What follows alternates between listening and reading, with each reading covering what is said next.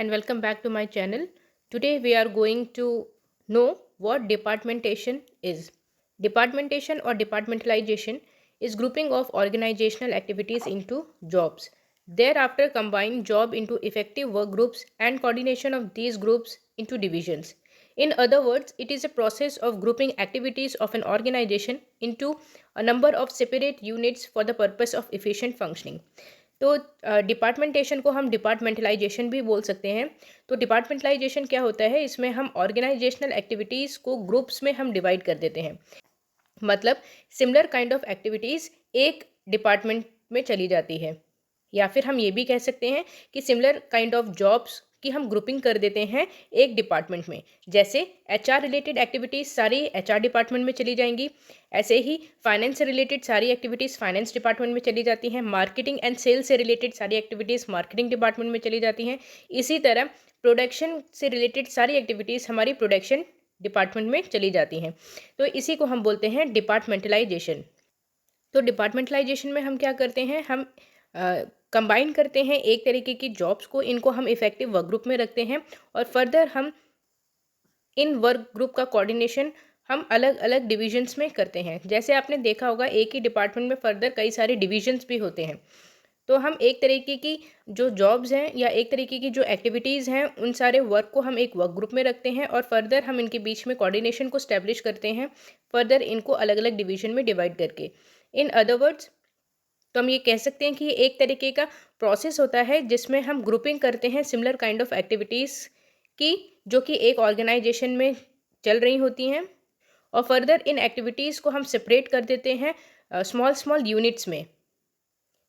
इनको हम small small units में क्यों डिवाइड करते हैं, ताकि हम इफ़िशिएंसी को अपने ऑर्गेनाइजेशन में लेके आ सकें और हम अपने ऑर्गेनाइजेशन के एम को ईजिली अचीव कर पाएँ।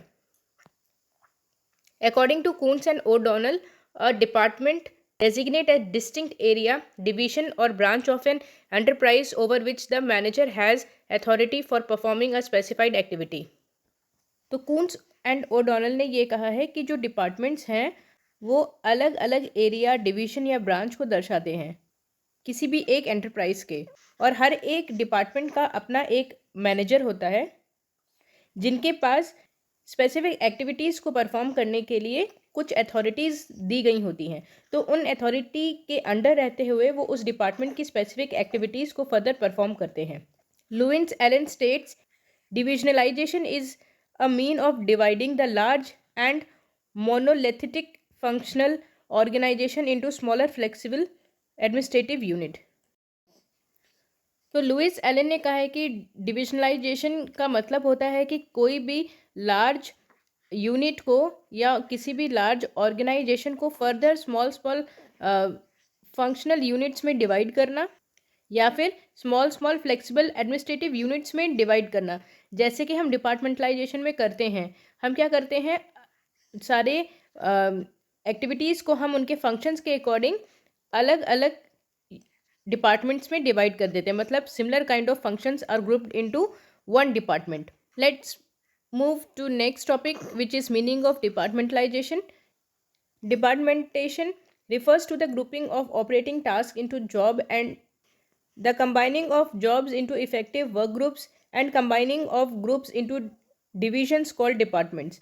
It refers to the horizontal differentiation in an organization. It is a method of arranging activities and employees to facilitate the accomplishment of overall objectives.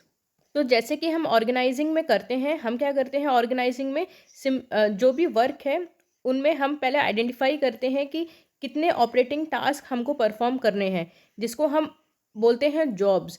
तो इसी तरह हम डिपार्टमेंटेशन में भी हम क्या करते हैं, हम ग्रुपिंग ऑफ ऑपरेटिंग टास्क करते हैं इनटू जॉब्स। तो जितने भी ऑपरेटिंग टास्क हैं उनको हमने जॉब्स में हमने कन्वर्ट किया, देन कंबाइन करते हैं हम जॉब्स को इफ़िशिएंट वर्क ग्रुप्स में, फिर इन वर्क ग्रुप को हम कंबाइन करते हैं डिविजन्स में। मतलब डिविजन्स को ही हम डिपार्टमेंट्स बोलते हैं। ये जो डिपार्टमेंट्स हैं, इन डिपार्टमेंट्स में similar kind of jobs and activities होती हैं ताकि हम अपने वर्क में इफ़िशिएंसी लेके आ सकें। तो ये जो डिपार्टमेंटलाइजेशन होता है ये हम हॉरिजेंटल वे में करते हैं किसी भी एक ऑर्गेनाइजेशन में। तो ये एक तरीके का मेथड होता है जिसमें हम अरेंज करते हैं एक्टिविटीज़ को और एम्प्लॉयज़ को और ऐसा हम क्यों करते हैं? ताकि हम ओवरऑल अपने ऑर्गेनाइजेशन के ऑब्जेक्टिव्स को हम अचीव कर पाएँ। The process of organizing involves identification of activities necessary to attain in objectives of the enterprise and grouping of similar activities on some logical basis. The process of dividing and grouping related activities into units and subunits for the purpose of administration is called departmentation. The units are designated as divisions, units, branches, sections, jobs, etc. Such units are merged as relatively independent administrative units and accountable for their own objectives. तो इसी तरह जो organising का process है उसमें हम क्या करते थे, हम आइडेंटिफाई करते थे सिमिलर काइंड ऑफ उन सारी एक्टिविटीज़ को जिनके थ्रू हम अपने ऑर्गेनाइजेशन के ऑब्जेक्टिव्स को अटेन कर सकते हैं। फिर जितनी भी एक्टिविटीज़ हमने आइडेंटिफाई की हैं, ये जो एक्टिविटीज़ हैं इन्हीं को हम जॉब बोलते हैं। तो जितनी भी एक्टिविटीज़ हमने आइडेंटिफाई की हैं, सिमिलर काइंड ऑफ एक्टिविटीज़ का हम ग्रुप बना देते हैं लॉजिकल बेसिस पे। जैसे फाइनेंस से रिलेटेड एक्टिविटीज़ एक ग्रुप में कर दिया, ह्यूमन रिसोर्स मैनेजमेंट से रिलेटेड एक्टिविटीज़ एक ग्रुप में, ऐसी प्रोडक्शन से रिलेटेड एक्टिविटी और मार्केटिंग से रिलेटेड एक्टिविटी अलग अलग ग्रुप में हम एक साथ कंबाइन कर देते हैं। तो ये जो प्रोसेस है जिसमें हम इन सारी एक्टिविटीज़ को डिवाइड कर रहे हैं और रिलेटेड एक्टिविटीज़ को हम कंबाइन करते हैं फर्दर यूनिट्स में, सब यूनिट में, ताकि हम अपने ऑर्गेनाइजेशन के ऑब्जेक्टिव्स को अल्टीमेटली अटेन कर पाएँ। मतलब कि हमारा जो पर्पस ऑफ एडमिनिस्ट्रेशन है उसको हम अचीव कर पाएँ। इसी को हम डिपार्टमेंटेशन बोलते हैं। तो डिपार्टमेंट्स क्या होती हैं? It is a grouping of similar kind of activities. ये जो डिपार्टमेंट्स की यूनिट्स हैं इसको हम डिविजन्स भी बोल सकते हैं, यूनिट्स भी बोल सकते हैं, ब्रांचेस भी बोल सकते हैं। तो आपने कई बार सुना होगा कि एचआर डिपार्टमेंट में ही फर्दर कई सारे डिविजन्स होते हैं, कई सारे यूनिट्स होते हैं, ब्रांचेस होते हैं, सेक्शंस होते हैं। तो ये क्या है? ये फर्दर डिपार्टमेंट के अंदर इनका और सब डिवीजन होते जाता है। तो ये सब डिविजन्स हम क्यों करते हैं? ताकि रिलेटेड काइंड ऑफ एक्टिविटीज़ को हम एक साथ परफॉर्म कर पाएँ और अल्टीमेटली हम अपने ऑर्गेनाइजेशन के ऑब्जेक्टिव्स को हम अटेन कर पाएँ। Departmentation is a process of grouping various activities into separate unit. तो डिपार्टमेंटेशन क्या है? एक तरीके का प्रोसेस है जिसमें हम ग्रुपिंग करते हैं अलग अलग कई सारी एक्टिविटीज़ को अलग अलग यूनिट्स में। The process of departmentation of any enterprise consist of defining and enumerating individual task, grouping and classification of tasks, designation of authority for their accomplishment, and specification of authority relationship between managers. तो डिपार्टमेंटेशन जो है एक तरीके का process होता है किसी भी एक इंटरप्राइज में जिसमें हम डिफाइन करते हैं अलग अलग इंडिविजुअल टास्क को। हम अलग अलग टास्क की हम ग्रुपिंग भी करते हैं, उनका हम क्लासिफिकेशन भी करते हैं। इसी के साथ साथ हम अथॉरिटी को भी हम डेलीगेट करते हैं। यहाँ पे इन अथॉरिटीज़ को हम इसलिए हर एक जॉब पोजीशन पे डेलीगेट करते हैं ताकि इंडिविजुअल्स अपने अपने जॉब को ईजिली अकम्प्लिश कर पाए, कंप्लीट कर पाए, और इसी के साथ साथ मैनेजर्स और सबऑर्डिनेट के बीच में एक अच्छा रिलेशनशिप हम स्टैब्लिश करा पाएँ। डिपार्टमेंट का मतलब ही होता है एक डिस्टिंक्ट एरिया या फिर डिवीजन और ब्रांच किसी भी एक ऑर्गेनाइजेशन का, जिसमें कि मैनेजर के पास अथॉरिटीज़ होती हैं और उन अथॉरिटी के बेसिस पे वो ऑर्गेनाइजेशन की जॉब को परफॉर्म करवाता है अलग अलग इंडिविजुअल से या फिर स्पेसिफिक ग्रुप से, जिसके थ्रू उस मैनेजर को जो ऑब्जेक्टिव्स ऑर्गेनाइजेशन ने दिए हैं उनको वो कंप्लीट करा पाए दूसरों से, क्योंकि मैनेजर का काम ही यही होता है कि दूसरों से काम करवाना। तो ऑर्गेनाइजेशन क्या करता है? हर एक मैनेजर को कुछ अथॉरिटीज़ दे देता है जिसके थ्रू वो अपनी रिस्पॉन्सिबिलिटीज़ या अपनी ड्यूटीज़ को वो कंप्लीट करवाता है दूसरों से। Therefore, we can say that departmentation is the process of grouping activities into units for purpose of administration. तो विलियम एच न्यूमैन ने ये कहा है कि डिपार्टमेंटेशन क्या है? ये एक तरीके का प्रोसेस है जिसमें हम सिमिलर काइंड ऑफ एक्टिविटीज़ को हम ग्रुप कर देते हैं यूनिट्स में ताकि जो एडमिनिस्ट्रेशन का पर्पस है उसको हम कंप्लीट कर पाएँ। Departmentation is the process of grouping the various activities into separate unit. ये थियो हेमन ने कहा है कि डिपार्टमेंटेशन जो है ये एक प्रोसेस है जिसमें हम वेरियस एक्टिविटीज़ की हम ग्रुपिंग करते हैं सेपरेट यूनिट्स में। Departmentalisation is a mean of dividing the large and monolithic function organisation into smaller flexible administrative unit. ये लुइस ए एलन ने कहा है, जो है हम ऊपर भी पढ़ चुके हैं। Now the next topic is important principles of departmentation. तो किसके बेसिस पे हम डिपार्टमेंटेशन करते हैं, ऐसे कौन कौन से इंपॉर्टेंट प्रिंसिपल्स हैं जिनको हम फॉलो करते हैं तो हम इफ़ेक्टिवली ऑर्गेनाइजेशन में डिपार्टमेंटेशन कर सकते हैं। तो इसमें हम फर्दर 10 प्रिंसिपल्स के बारे में पढ़ेंगे। तो पहला प्रिंसिपल है specialisation. The activities of an organisation should be grouped so as to lead to specialisation. This leads to economy of labour and cost.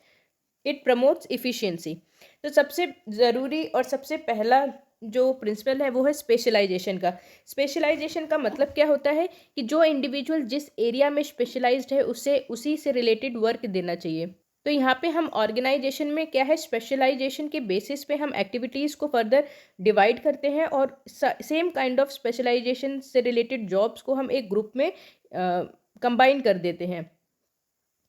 तो इससे क्या होगा, हम economy of labour and cost को अचीव कर सकते हैं। Economy of labour and cost मतलब कि जिस काम के लिए हम एक लेबर को रिक्रूट कर रहे हैं और उस काम के लिए हम उसको क्योंकि पैसा भी दे रहे हैं तो उसका हमें 100% यूटिलाइजेशन कर लेना है। तो इससे क्या है, हमारे ऑर्गेनाइजेशन की इफ़िशियंसी भी इंक्रीज़ होगी।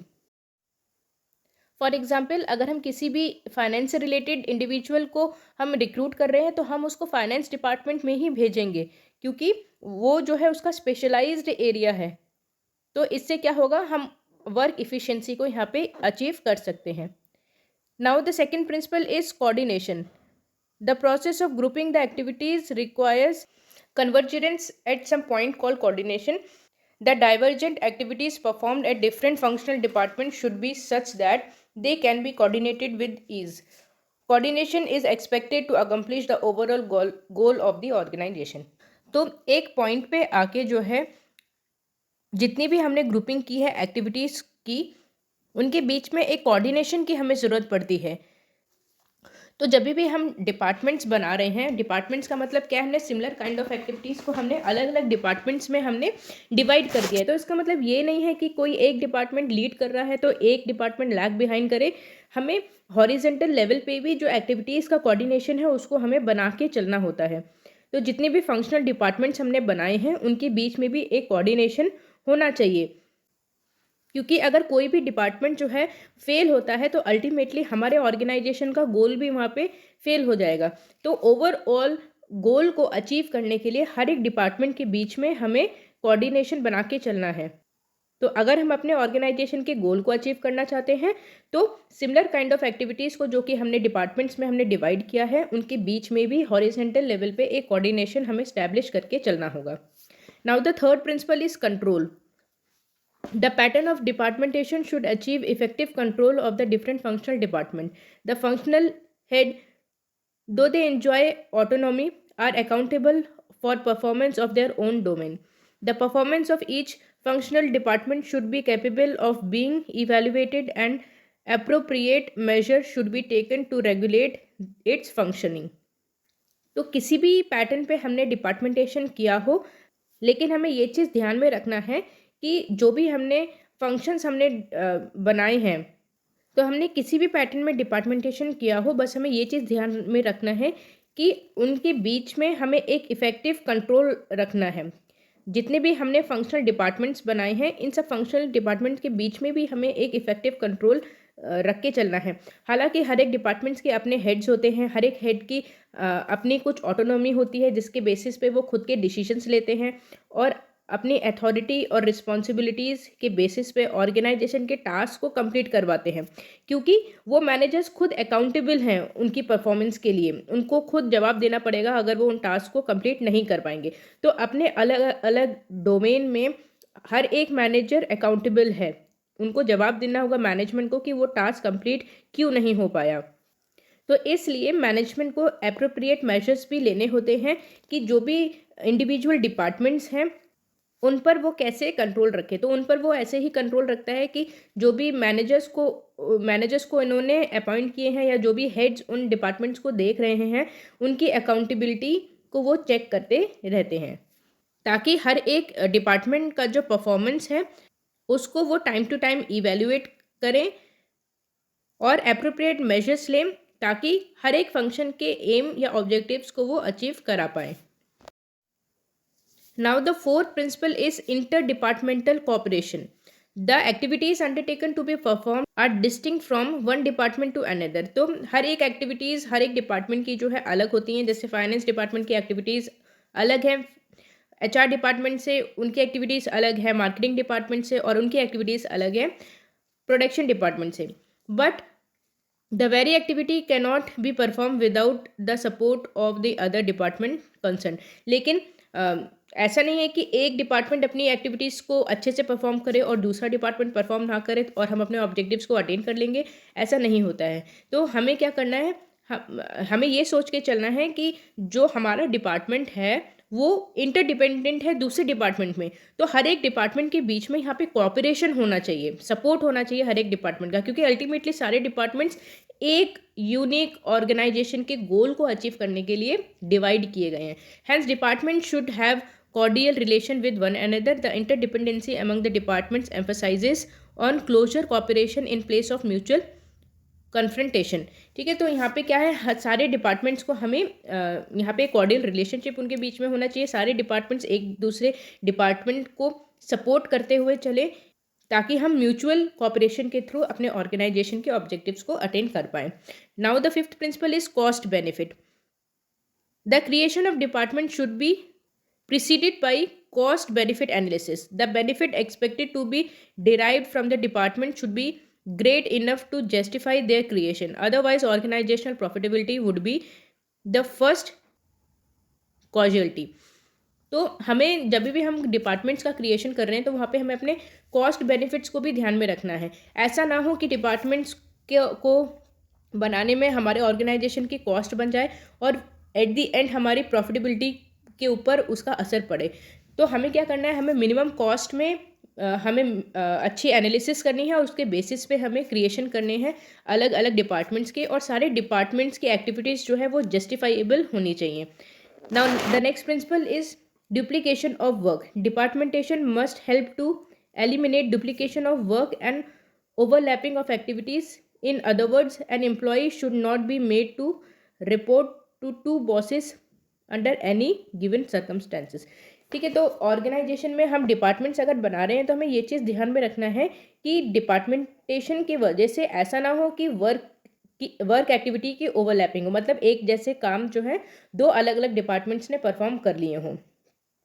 और इसी के साथ साथ हमें ये भी ध्यान रखना है कि जो भी एम्प्लॉई है वो एक ही बॉस को रिपोर्ट करे। ऐसा ना हो कि वो दो अलग अलग बॉस को रिपोर्ट करता हो। तो अगर दो अलग अलग बॉस हैं तो वहाँ पे डुप्लीकेशन ऑफ एक्टिविटीज़ के चांसेस जो हैं वो इंक्रीज हो सकते हैं। तो हमें क्या ध्यान में रखना है कि डुप्लीकेशन ऑफ एक्टिविटी ना हो और हर एक एम्प्लॉई एक सिंगल बॉस को ही रिपोर्ट करे at a given period of time. Now the next principle is special attention.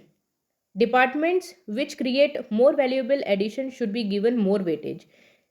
They are called key result area KRA और strategic business unit जिसको हम बोलते हैं SBU. These units influence the survival and growth of an enterprise. Now हालांकि हमने 4 departments यहाँ पे बनाए हैं तो इसका मतलब ये नहीं है कि हम इक्वल अटेंशन दें चारों डिपार्टमेंट्स को। इक्वल अटेंशन हमें देना है, बट हम मोर वेटेज हमें देना होता है उस डिपार्टमेंट को या उन की एरियाज़ के ऊपर जिनके ऊपर हमारे ऑर्गेनाइजेशन का ग्रोथ और सर्वाइवल या फिर प्रॉफिटेबिलिटी डिपेंड करती है। जैसे कि हमारे ऑर्गेनाइजेशन का जो मार्केटिंग डिपार्टमेंट है और जो प्रोडक्शन डिपार्टमेंट है, इनके ऊपर हमें ज़्यादा ध्यान देना पड़ता है क्योंकि ये हमारे ऑर्गेनाइजेशन के की रिजल्ट एरियाज़ होते हैं। तो जो भी हमारे ऑर्गेनाइजेशन के स्ट्रैटेजिक बिजनेस यूनिट्स हैं, जो कि हमारा प्रोडक्शन डिपार्टमेंट और हमारा मार्केटिंग डिपार्टमेंट होता है, तो इनके ऊपर हमें कुछ ज़्यादा ही अटेंशन देना पड़ता है क्योंकि हमारे ऑर्गेनाइजेशन का सर्वाइवल और ग्रोथ इन्हीं के ऊपर डिपेंड करता है। Now the next principle is human consideration. Departmentation should not only factor in technical aspect but also human aspect of an organization. तो डिपार्टमेंटलाइजेशन का मतलब ये नहीं होता है कि हम केवल टेक्निकल एस्पेक्ट्स के ऊपर ध्यान दें, क्योंकि टेक्निकल एस्पेक्ट जो हैं वो स्टैटिक चीज़ें हैं, लेकिन उनके ऊपर काम कौन करेगा, अल्टीमेटली ह्यूमंस उनके ऊपर काम करेंगे। तो ह्यूमन हमारे ऑर्गेनाइजेशन के बहुत ही इंपॉर्टेंट एस्पेक्ट्स होते हैं। The existence of informal groups cultural pattern, value system, attitude of human resource etc should be given due attention। तो हमारे ऑर्गेनाइजेशन में कितने इनफॉर्मल ग्रुप्स बनते जा रहे हैं, हमारे ऑर्गेनाइजेशन का कल्चर कैसा है, वैल्यू सिस्टम कैसा है, हर एक ह्यूमन के एटीट्यूड, उनके बिहेवियर के ऊपर ध्यान देना ये भी बहुत ज़्यादा ज़रूरी होता है। In short, attention to human element will make significant difference in performance efficiency of the department. तो अगर हम बहुत अच्छा अटेंशन देते हैं अपने ह्यूमंस के ऊपर भी, उनकी नीड्स के ऊपर और उनकी जो एक्सपेक्टेशंस हैं उनको भी हम फुलफ़िल करते रहते हैं, तो अगर हम ये सारे काम करते हैं तो हमारा ह्यूमन वहाँ पे जो है मोटिवेट रहेगा और हमारे ऑर्गेनाइजेशन की परफॉर्मेंस वहाँ पे इंक्रीज़ होगी। अल्टीमेटली हम एफिशिएंसी को इंक्रीज़ कर पाएंगे, अपने डिपार्टमेंट की एफिशिएंसीज को हम वहाँ पे बढ़ा पाएंगे। Now, the next principle is flexibility. The departmentation exercise should not be a rigid one. The department should be such that it can close the case of its redundancy, or a new one can be established in response to the emerging needs from environmental dynamics। तो कोई भी हमारा department हो, ऐसा ना हो कि कोई भी डिपार्टमेंट हमारा इनफ्लेक्सिबल हो, क्योंकि इनफ्लेक्सिबल या रिजिड होगा तो वहाँ पे बहुत सारी चीज़ों में हम फेल हो सकते हैं। तो हमें यही ध्यान में रखना है कि हमारे ऑर्गेनाइजेशन में किसी भी तरीके की रिजिडिटी ना आ पाए, हर एक डिपार्टमेंट में कुछ ना कुछ चेंजेस हम हमेशा लेके आते रहें, ताकि जो भी हमारे एक्सटर्नल एनवायरनमेंट की इमर्जिंग नीड्स हैं उन सारी चीज़ों को हम फुलफ़िल कर पाएँ। तो हमारा जो इन्वायरमेंट है, क्योंकि वो हमेशा डायनेमिक होता है, हमेशा चेंज होता रहता है, तो हमें अपने डिपार्टमेंट्स में भी हमेशा कुछ ना कुछ चेंज करते रहना चाहिए ताकि हमारा डिपार्टमेंट जो है वो रिजिड ना बने। Now the last principle is utilization of resources. Department should be created to harness the full utilisation of resources with the organisation. तो डिपार्टमेंट्स हम इसलिए बनाते हैं ताकि हम अपने रिसोर्सेज का फुल यूटिलाइजेशन करें, चाहे वो हमारे ह्यूमन रिसोर्सेज हो या फिर हमारे टेक्नोलॉजिकल रिसोर्सेज या फिर मटेरियल रिसोर्सेज ही क्यों ना हो। There should not be duplication of efforts और wastage of resources in the name of creation of unnecessary department. ऐसा ना हो कि डिपार्टमेंट के नाम पे हम डुप्लीकेशन ऑफ एक्टिविटीज़ करना स्टार्ट कर दें, तो उससे क्या होगा, वेस्टेज होगा हमारे रिसोर्सेज का। फॉर एग्जांपल हमारे ह्यूमन रिसोर्सेज के एफर्ट्स जो हैं वो वेस्ट जाएंगे, इसी के साथ साथ जो भी रिसोर्सेज का हम यूज़ कर रहे हैं मटेरियल रिसोर्सेज का, वो भी हमारा पूरा वेस्टेज में ही जाएगा। Department should be created in the light of need and availability of resources therefore. तो जो भी डिपार्टमेंट्स हम बनाए वो हम इस बेस पे बनाए कि उस डिपार्टमेंट की क्या नीड है, हमारे पास रिसोर्सेज क्या अवेलेबिलिटी है। फॉर एग्जांपल जो मटेरियल रिसोर्सेज हैं और जो ह्यूमन रिसोर्सेज हैं, क्या उनकी अवेलेबिलिटी है उस डिपार्टमेंट में, हम उन चीज़ों को लेके आ सकते हैं या नहीं। तो इस अवेलेबिलिटी को देखते हुए हम डिपार्टमेंट्स का क्रिएशन करें। तो ये थे हमारे 10 प्रिंसिपल्स डिपार्टमेंटलाइजेशन के ऊपर, और यहाँ पे हमारा ये टॉपिक कवर हो जाता है। तो डिपार्टमेंटलाइजेशन में हमने डिपार्टमेंटलाइजेशन के बारे में पढ़ा है, कई सारी डेफिनेशंस पढ़ी हैं, डिपार्टमेंटेशन की मीनिंग क्या है, मतलब क्या है, डिपार्टमेंटेशन होता क्या है, उसके बारे में हमने पढ़ा है, और उसी के साथ साथ हमने 10 इंपॉर्टेंट प्रिंसिपल्स के बारे में पढ़ा है जिनके बेसिस पे हम डिपार्टमेंट्स को क्रिएट करते हैं। होप कि ये लेक्चर आपको अच्छे से समझ में आ गया होगा, और अगर आपको कोई भी प्रॉब्लम है, कोई भी डाउट है, तो आप कमेंट सेक्शन में पूछ सकते हैं, व्हाट्सएप में पूछ सकते हैं, या फिर मुझसे डायरेक्टली कॉन्टैक्ट भी कर सकते हैं। तो आज के लेक्चर के लिए इतना ही। Thank you class and have a nice day.